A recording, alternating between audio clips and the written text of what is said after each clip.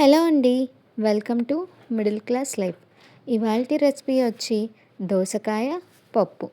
దీనికి కావాల్సిన ఇంగ్రీడియంట్స్ దోసకాయ, ఉల్లిపాయ, టమాటో, పచ్చిమిర్చి, చింతపండు, కందిపప్పు. ముందుగా మనం కందిపప్పుని 5 మినిట్స్ ఫ్రై చేసుకుని తర్వాత వాటర్లో వేసుకుని హాఫ్ అన్ అవర్ నానబెట్టుకోవాలి.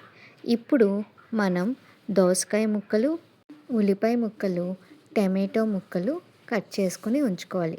ఇప్పుడు కుక్కర్ తీసుకుని దాంట్లో పప్పుకి సరిపడా వాటర్, ఉల్లిపాయ ముక్కలు, దోసకాయ ముక్కలు, టమాటో ముక్కలు, పచ్చిమిర్చి, చింతపండు, పసుపు, కారం వేసుకుని కుక్కర్ మూత పెట్టుకుని విజిల్ రానివ్వాలి. విజిల్ ఒక 5 రానివ్వాలి. ఇప్పుడు కుక్కర్ ఓపెన్ చేస్తే మనకి ఇంకా వాటర్ కన్సిస్టెన్సీ ఉంటే మరి కాసేపు స్టవ్ మీద నీళ్ళన్నీ పోయేదాకా ఉడికించుకోవాలి. ఈ ఉడికించేటప్పుడు మనం కాస్త ఉప్పు వేసుకోవాలి. ఇప్పుడు వేరొక పాన్లో ఆయిల్ వేసుకుని ఆవాలు, జీలకర్ర, వెల్లుల్లి, కరివేపాకు, ఆనియన్ ముక్కలు వేసుకుని బాగా ఫ్రై చేసుకోవాలి.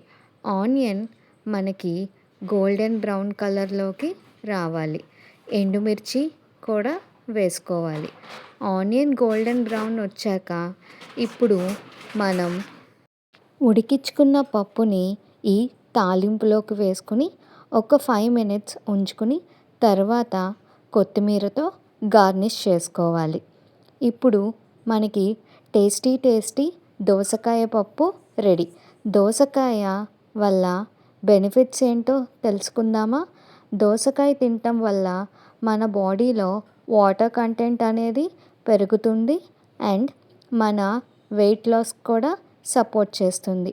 ఈ సమ్మర్లో దోసకాయ లాంటి వాటర్ వెజిటబుల్ తినటం వల్ల మన హెల్త్ కూడా చాలా బాగుంటుంది. మన డైట్లో వీక్లీ 1 టైం అన్నా ఇంక్లూడ్ చేసుకుంటే బాగుంటుంది.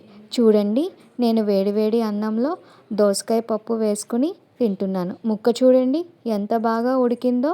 ఇలాంటి మరికొన్ని రెసిపీస్ కోసం please follow middle class life. Like, share, subscribe and comment. Thank you.